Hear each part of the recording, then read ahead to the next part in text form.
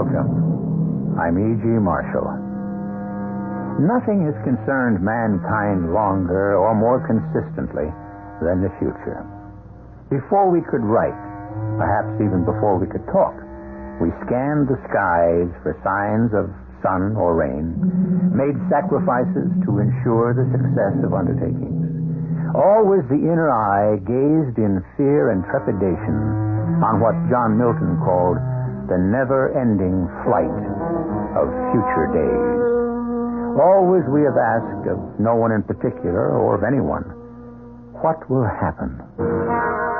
Our mystery drama, The Clairvoyant, was written especially for the Mystery Theater by Elspeth and stars Tammy Grimes. It is sponsored in part by Certainteed Fiberglass Attic Insulation and Buick Motor Division. I'll be back shortly with Act One.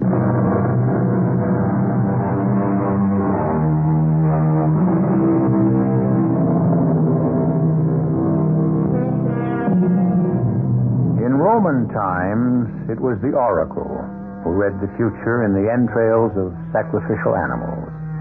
Nowadays, we're more refined, and we call the oracle a clairvoyant. But the idea is the same, and so is the purpose, to know what is coming tomorrow. The better to take the fear out of our eyes. Excuse me, please. I want to apologize. It is, after all, part of my job here to occasionally read tea leaves, if you want to call it that. But, look, may I sit down at the table with you? I'd like to explain, if I can, why I try to avoid. You don't mind? Thank you. You see, once upon a time, I was a clairvoyant. I had a crystal ball. I read palms. But all of that was really rubbish, just as the tea leaves are now. Absolute rubbish. They were only external things to aid my concentration, because without concentration you can do nothing, don't you agree? Everything requires a measure of concentration. You can imagine what is required to look into the future. Yes, thank you. I'll have some coffee. A small amount. I am Russian, you see. But I've lived here in London for better than half a century. My parents brought me here as a child when they fled from the Bolsheviks. Of course, once arrived in London, we spent most of our time with other refugees, all displaced, all frightened. Frightened all the time. And as I grew a little older, I took to telling their fortunes. Tarot cards were the rage then. It was almost a joke at first, but when I turned out to be right, invariably right, then it was no joke, and I took to doing it seriously, for a living. All during the 30s and into the 40s, I was earning what they call a pretty penny with my crystal ball. I had become Madame Sonia. One day, my doorbell rang. Yes, coming. With you in a second. Yes? Madame Sonia? Yes? You don't remember me, do you? I don't think... Should I remember you? I see so many people, you know. It's difficult. So many clients. I was a client. Oh, indeed? Oh, many years ago. One of your first, I believe. Well, in that case, come in. I'm not disturbing you. Not at all. It's been a slow day. You came for another reading? Oh, no. At least not today. Later on, perhaps. No, I simply wanted to tell you how all of your predictions came true. Oh. My husband and I did reconcile. Good. My husband's business did prosper. I'm very glad. And best of all, our baby daughter did survive her illness and now is a healthy, radiant girl of 19. Oh, wonderful. About to be married. Oh. To an Englishman. And that's why we're here. I see. Of course, we'd rather she be married at home in the States, but her fiancé is enlisted in this terrible war. He couldn't get leave, so here we are. Must be very happy. Oh, we are. He's a wonderful boy. Well, man, I should say. It's not right to call a soldier a boy, I suppose. Well, they decided in a hurry, and he'll be off to France shortly, so they're to be married in his parents' house instead of in ours. back in Springfield, which makes me sad. However, all in all, it's very satisfactory, very gratifying. We have no complaints. We're staying with his parents. They have a house, a large house in Mayfair. Oh, Mayfair. Lowndes Square. Very posh, as the English say. But I wanted to ask a favor of you, Madame Sonia. And what is that? Will you do a reading for my daughter? Of course. She likes. Oh, she will. She's heard about you for years. My husband and I talk endlessly about you. So I'll tell her to phone you for an appointment? Do that. I'd be most happy. Her name is Laura. Laura. Yes. You know, I can't remember your name. I apologize. Oh, please. It was a long time ago. I'm Mrs. Jennings, Mrs. Matthew Jennings. And our daughter... Laura? Yes. And her fiancé is Anthony Craig. Oh, perhaps he'll have a reading, too. I'll suggest it. It was good to see you again, Mrs. Jennings. Oh, it was good seeing you, Madame Sonia. And you'll be hearing from my daughter. Yes. Very good, yes. Goodbye. Jennings? Jennings? Mrs. Matthew Jennings? Do I remember anybody by that name? Jennings. I didn't really remember Mrs. Jennings at all. Or her husband. Or that they'd had a little girl. Truthfully, I didn't remember the first thing about them. Of course, it was very nice of her to stop by and tell me that everything had turned out for them as I predicted. But in those days, I was very young. It had seemed then that everything I predicted came to pass. My power of concentration was so strong, so vital, and my intuition flowed so surely, so strongly. It seemed only natural that they should be accurate. Young Laura Jennings did call me the very next day, and we made an appointment for a reading. I have to tell you, Madame Sonia, I'm mostly here to please my mother. She thinks you're so wonderful. She exaggerates. Now, shall it be the cards, the crystal, your palm, or what? Which is best? Dear girl, it doesn't make the slightest difference. I could employ the bumps on your head if you like. Oh, I don't think so. Or the print of your foot. Oh, no. Or you could peel an apple and throw the skin on the floor. I could read from that. All these things are merely tools. I center my attention upon them and then let my mind go foraging into the future, seeking out the secrets, hunting through time and space for happenings that never were, yet always were. Crises that never occurred, yet are bound to occur. Circumstances for which the stage was set centuries and eons ago, waiting for the actors to arrive. Eventualities which have not as yet transpired, but which are certain to transpire. Fortuities conceived in the dark past, waiting to see the light. Such was my gift, you understand. Where it came from, I never knew, nor did I ever care. This I do know. There are gifts from God, or from nature, if you'd rather put it that way.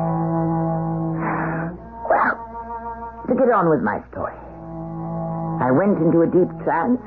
I believe that is what they call it. I myself have no use for these descriptive labels. I see green things growing. A little boy. A small boy with a light step. Stepping lightly. Is he dancing? A boy? I will have a boy. Hard to say, but I feel upon the air, upon the gentle air, I feel the breath of love, of wonder and great joy. Oh, will it last? Oh, tell me, will it last? I feel it goes on, yes, on and on. I see a little trouble, not much, not too much at the beginning, but then it seems to go on and on, further than I can see at this moment. It was the clearest intuition I had had up until that time. For there were times when the visions presented themselves in symbols, the way a dream does when the dreamer wants to express desire. But this time I actually saw the slim figure of this young girl skimming the grass, her hair glowing in the sun, her arms stretching out. I actually saw it. Oh, Madame Sonia. I'm exhausted. You will forgive me. I'm very, very tired. Oh, of course. I'll leave you so that you can get some rest. Another client coming shortly. Yes, there's just one thing. What is that? I'm going to tell my fiancé to come and see you. May I? Of course, dear girl. Oh, Madame Sonia, you've made me so happy. Very glad. If I'd had any doubts about my future, well, you've driven them all away. Thank you. Goodbye, Madame Sonia.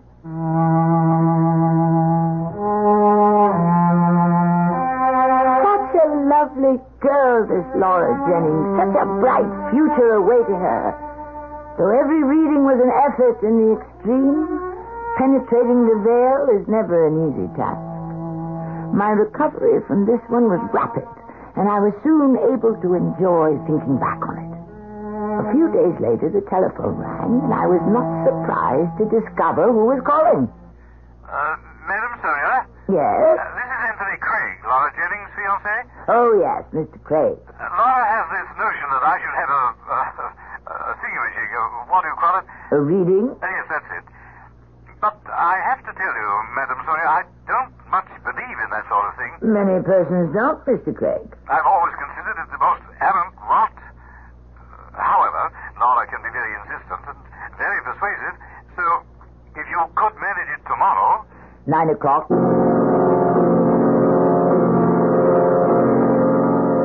arrived on the dot of 9. A most punctilious young man and most charming, most handsome.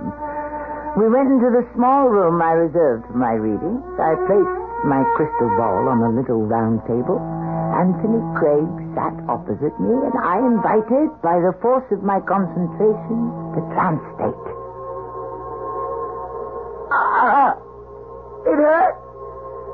It hurts me. Madam Sonia. I cannot. Too hard. I cannot. Are you all right? I begin to see. Oh, I see. Don't. No, I will not. You can't. Please, no. Madam Sonia, are you all right? Go away. Get out. Please, get out. Go away. I mustn't. I won't clear out. Go away. It's too hard. Too much. I was only faintly conscious of my own voice uttering these words, only vaguely aware of my own pain. When I returned to myself, Mr. Anthony Craig had gone. It was our own Henry Wadsworth Longfellow of a century gone by who wrote, "Look not mournfully into the past. It comes not back again. Wisely improve the present. It is thine. Go forth to meet the shadowy future without fear and with a manly heart." I shall be back shortly with Act 2.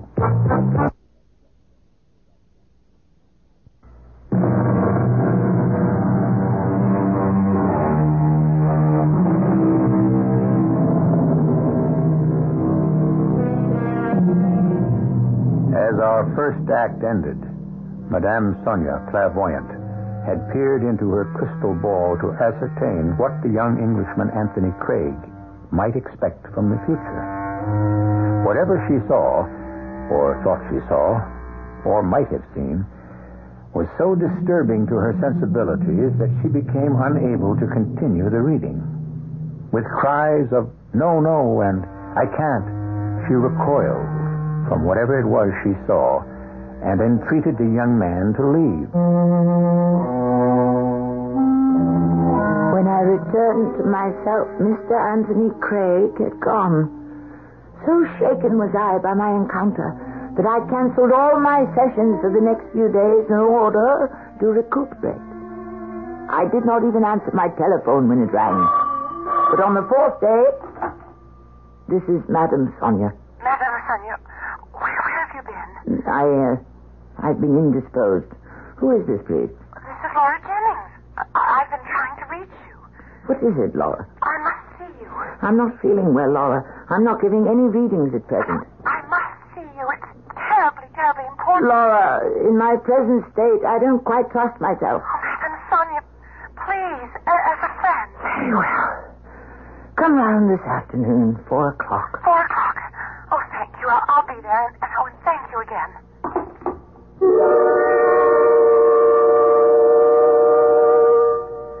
It's awfully selfish of me to force myself on you this way, but something's happened.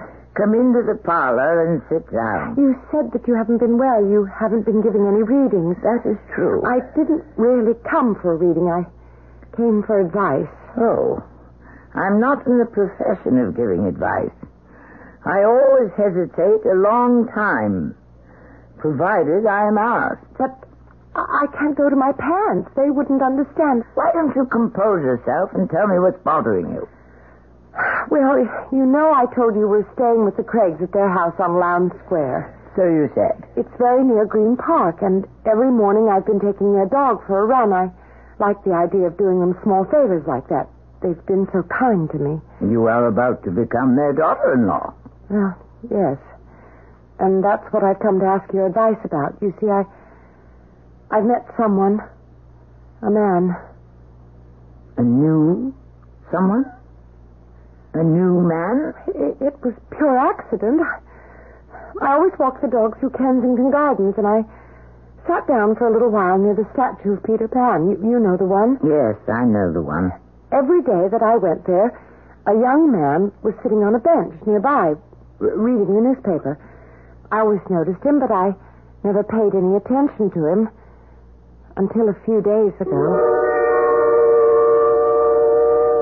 Oh, excuse me. Mm-hmm. What? You're an American, aren't you? How'd you guess? You're reading an American newspaper. Oh, well, aren't you clever? Not very, no. You're an American, too. Oh, you're not so clever. You can tell by my accent. I'm not only an American, I'm from the Middle West. Yeah, so am I. This is the Chicago Tribune. I have it sent to me. It's a day late, sometimes 2 days, but it smells like home. I love the smell of newspapers. Yeah, it's like a familiar face. It's very hard to get used to a new face, isn't it? Very. Still, I suppose it can be done. I suppose. I'd better take the dog back home. You're a dog? No. No, I didn't think so. How could you tell? Oh, it's a King Charles Spaniel. Not many Americans own King Charles Spaniel. Well, that's true. Of course, you could have bought him over here. Or maybe he belonged to your husband. I don't have a husband. You don't? Oh, but I'm going to have one. Any day now. Oh, you mean that? Look, I really have to take the dog on home. Will I see you tomorrow? Probably. Maybe. I don't know. I really have no idea.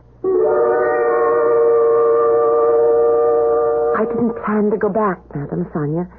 But no matter where I walked in Green Park, I always found myself sooner or later in Kensington Gardens near the statue of Peter Pan. Every day you get here later and later. I do? Why? Well, I don't know. Oh, yes, you do.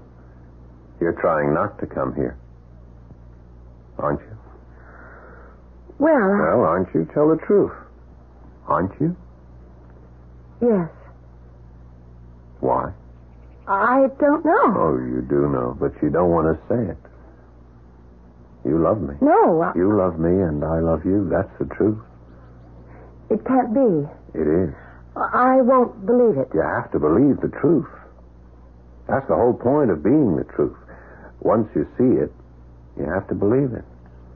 I can't. You think you can't because it would mess up all your plans to marry, what's his name, this Englishman. Anthony. Yeah.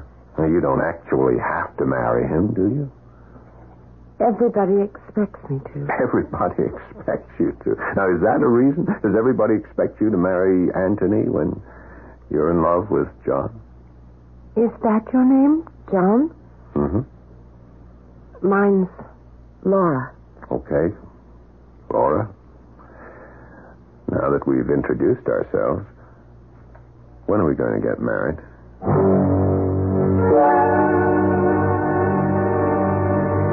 So you see, Madame Sonia, why I had to come to you. There's somebody else. Do you expect me to advise you on a thing like this? Oh, please, I'm so lost. I don't know what to do. You think you love this American? Yes.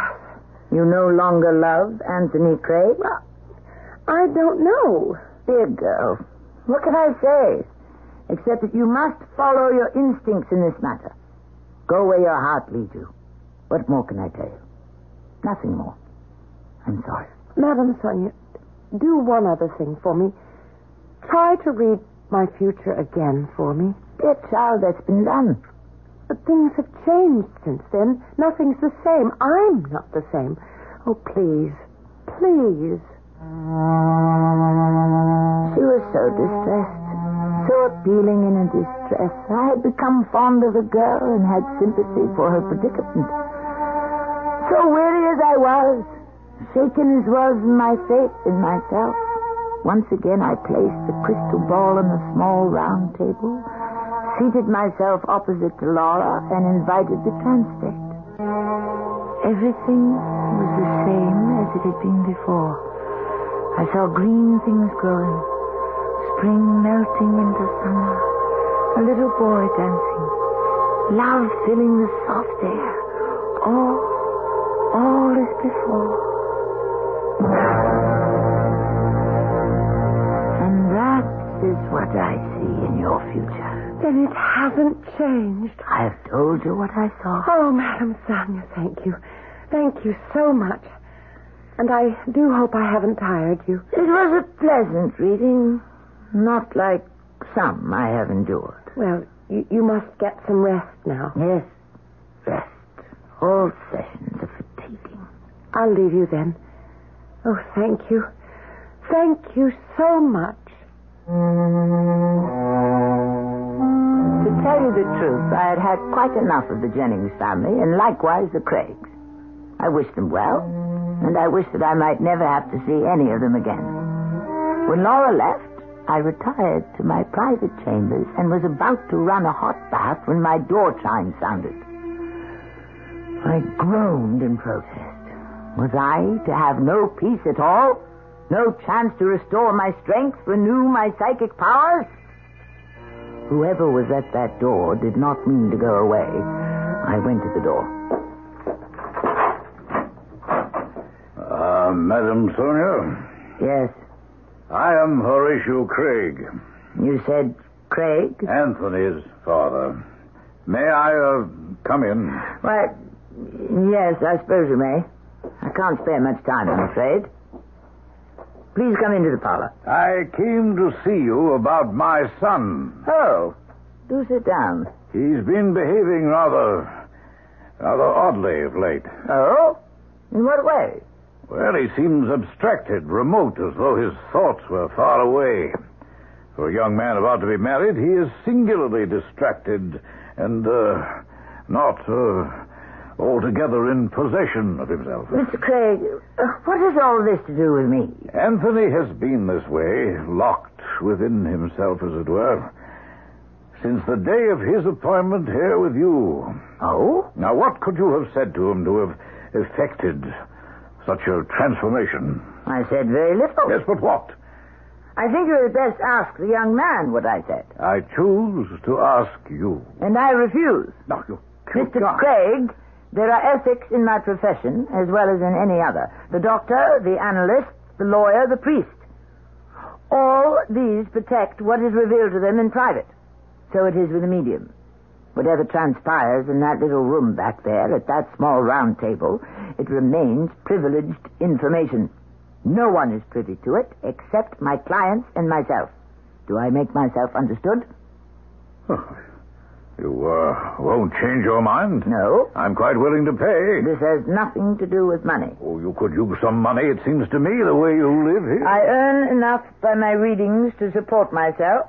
Then do a reading for me. What? Read my future. I'm very tired. It has been an exhausting day. Oh, it's not even noontime. Even so, If you care to make an appointment. I want the reading now. Next week. In a few days. Perhaps tomorrow. No, now, right now. I can't. I insist. Oh, very well. Come, I'll do my best. Well, that's all I ask. Sit down there, please. Very well. What should it be? The tarot cards, the crystal ball, the palm? What is your pleasure? Well, why not read my palm? Very well. Your hand, if you please. No, not that one, the other one. Be very quiet. Don't speak. Be as quiet as possible. Very, very still.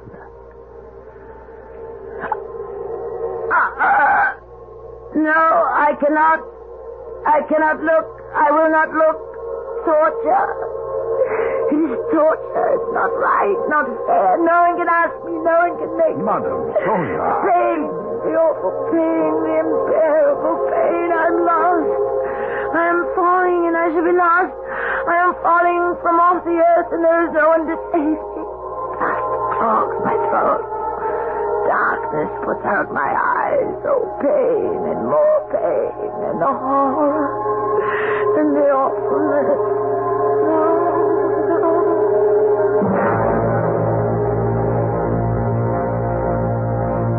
I suppose, as had happened before with his son, I fainted. When I was myself again, I was alone. Mr. Craig is gone.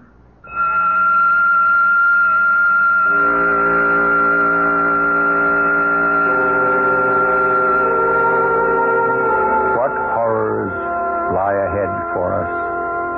We do not know. We do not wish to know. We would rather stumble along blindly than know we are heading for disaster. And yet, what joys are ahead? What happiness? Do we wish to know? Perhaps it is just as well that we do not know, that we wait, silent and patient, for whatever the future brings. I shall be back shortly with Act 3.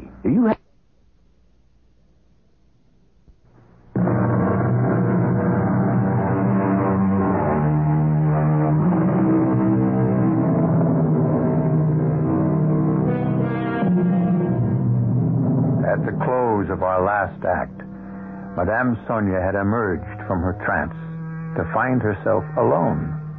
Horatio Craig had gone just as a few days previously his son, Anthony, had left, after her anguished denial of what she saw in the futures of each of them. It is now the following afternoon.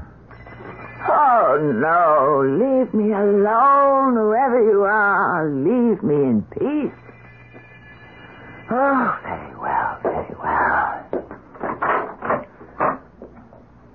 Mrs. Jennings. Madam Sonia, I must talk to you. Please forgive me. I'm not well. 5 minutes. That's all I ask. Try to understand. I've been under a great strain. Oh, what about me? Do you think I haven't been under a strain? I don't understand. Oh, let me come in. I don't want to stand on your doorstep and create a scene. Neither of us wants that. Very well. Come in. But I cannot allow you to stay. 5 minutes, that's all. Please sit down. Thank you. Now, what is it? Madam Sonia, the house on Lance Square has become a place of horror, at least for me. The Craig house? Where you were staying? In the last few days, everything seems to have changed. I'd supposed it was a place of great joy and merriment. It was. And then in the space of less than a week. Tell me about it. Well, most recently, Mr. Craig, the elder Mr. Craig, has become sullen and taciturn. He was always such a pleasant man. Today, he hardly spoke to me at breakfast. He hardly ate anything. And the Craig household always serves those wonderful English breakfasts. Well, when I pressed him for a reason, he admitted to me that yesterday he'd come to you for a reading.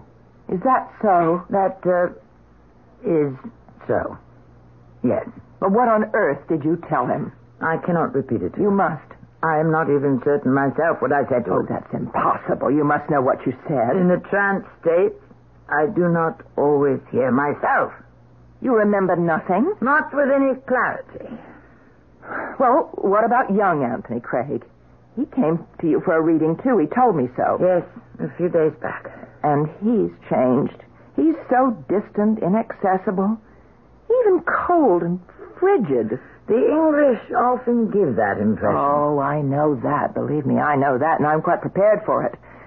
But almost immediately upon our arrival here, we broke through that shell of reserve.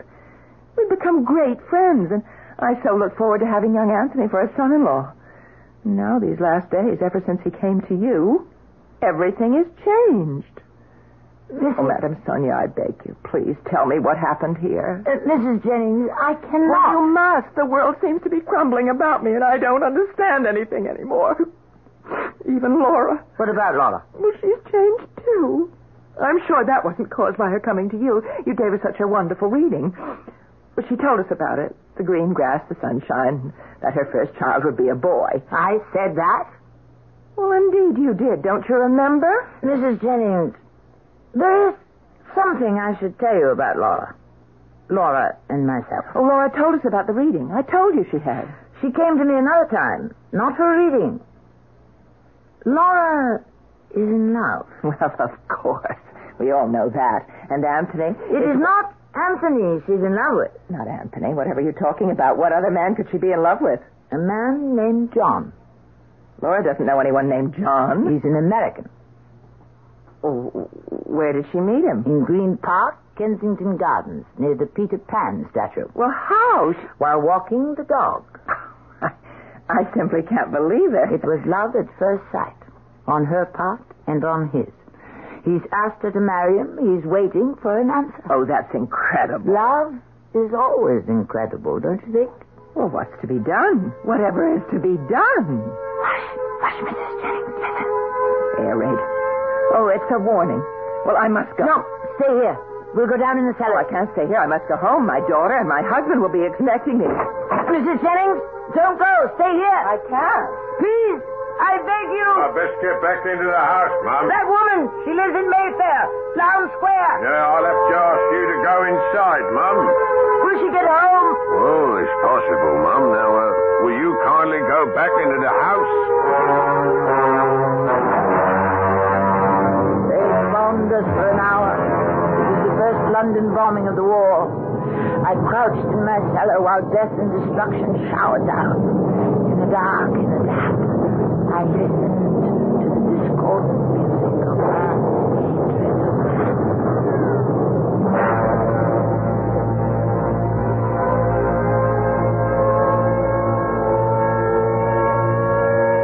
Even after the all clear, it sounded, the noise of the bombing stayed in my brain.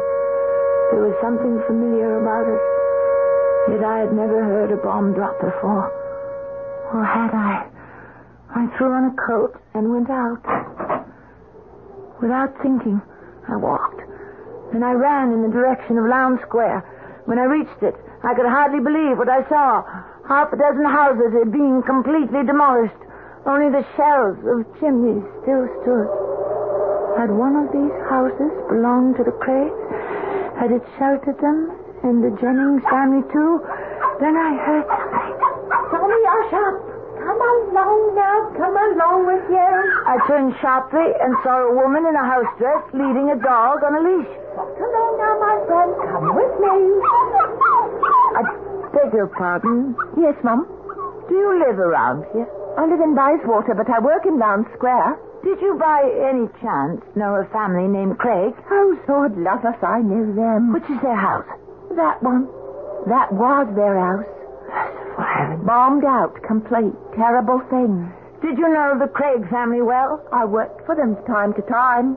Quite a lot of late. They were getting ready for a wedding in that very house. Did you know their house guests? The Jennings family. I knew them. Oh, yes. Lovely people. Craigs. Jennings. All lovely people. Were they all killed? Well, they're still digging, of course.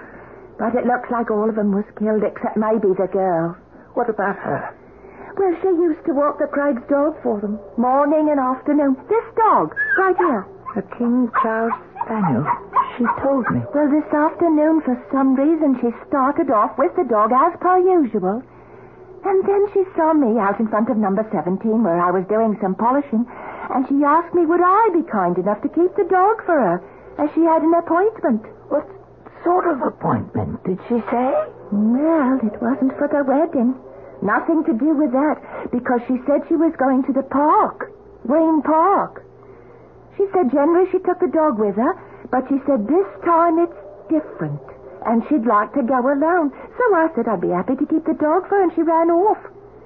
She never came back for the dog. And whether she went back into the Craig's house or not, I've no notion. Thank you. Thank you so much.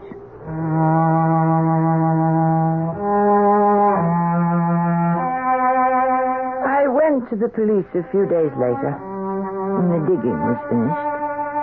They'd found the bodies of the Craig family and those of Mr. and Mrs. Jennings. But the body of Laura Jennings was never found, and I never saw her or heard from her again.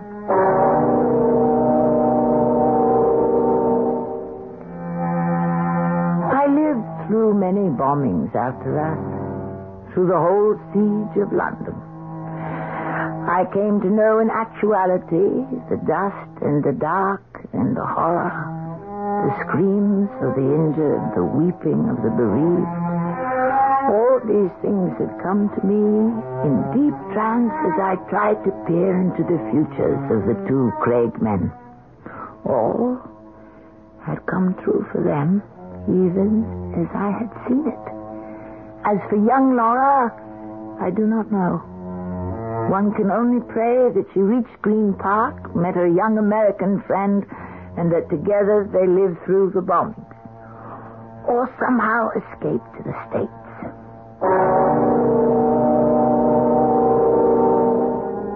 As for me, I gave up my profession, my calling, as I used to consider it. In the face of mass destruction, I was afraid to look into the future, anyone's future. I could not endure the strain. So, for the past 35 years, I have refused to give readings to anyone who did not understand that nothing I say is to be taken seriously. I myself do not take seriously anything I say. It is all a game, an amusement, something to pass the time. So, if you wish me to read the tea leaves, pour a little tea into this cup. I shall look long and soberly into the cup. You will think me very profound, but I am not profound. I am only a very old, a very tired old woman who has outlived her usefulness. So, pour. Now we pour out the tea and the leaves remain. So let's see. Everything looks bright. So far, you have crossed an ocean. You will cross it again. Someone is waiting for you. Who is waiting for us, Madame Sonia? I think it is a young man. He is impatient. He wants you to hurry back. What's the young man's name, Madame Sonia? What do you expect from me? How am I to know the name of the young man? I tell you, my powers have faded. I can no longer... If you try, Madame Sonia. Yes, tell us the young man's name. Please try. What is it? The name of the young man waiting for us on the other side of the ocean. I could say a name. It would mean nothing. Not if you say it. So I will say it. I shall say the first name that comes into my head. Peter. The young man's name is Peter. Well? Incredible. Absolutely incredible. She knew. You mean I'm right? I guessed the young man's name? You didn't guess. You knew. I assure you, I knew nothing. Madame Sonia, the young man is our son. He's about to graduate from medical school. And then he's getting married. He wants us to come home for both these great events. And his name is Peter. My congratulations to you both. And now... Madame Sonia, do you know why we named our son Peter? We named him after Peter Pan. The Peter Pan statue in Kensington Gardens? Where we met. And fell in love. Are you telling me that You are Laura? Yes, Madame Sonia. And this is John. You escaped? I never went back to Lowndes Square, Madame Sonia. I went to the park and met John and never went back. We married. We had a son. That dancing boy you told me about when you read my future. To be so right. I can't believe it. Ah, it is your gift, Madame Sonia. Your gift from God. Perhaps. Let's take another look at these tea leaves, shall we? Eh? Shall we?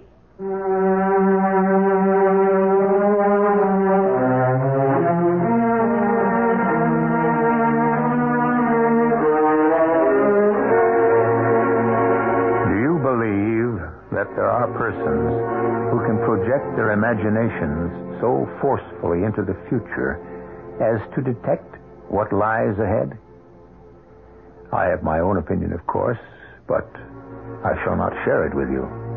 You are absolutely free to believe or to disbelieve. That, after all, is what the occult is all about. I shall be back shortly. Our cast included Tammy Grimes, Marian Seldes, Patricia Elliott, Ian Martin, and Paul Hecht. The entire production was under the direction of Hyman Brown. Radio Mystery Theater was sponsored in part by Anheuser-Busch Incorporated, Brewers of Budweiser, and True Value Hardware Stores. This is E.G. Marshall inviting you to return to our Mystery Theater for another adventure in the macabre. Until next time, pleasant dreams.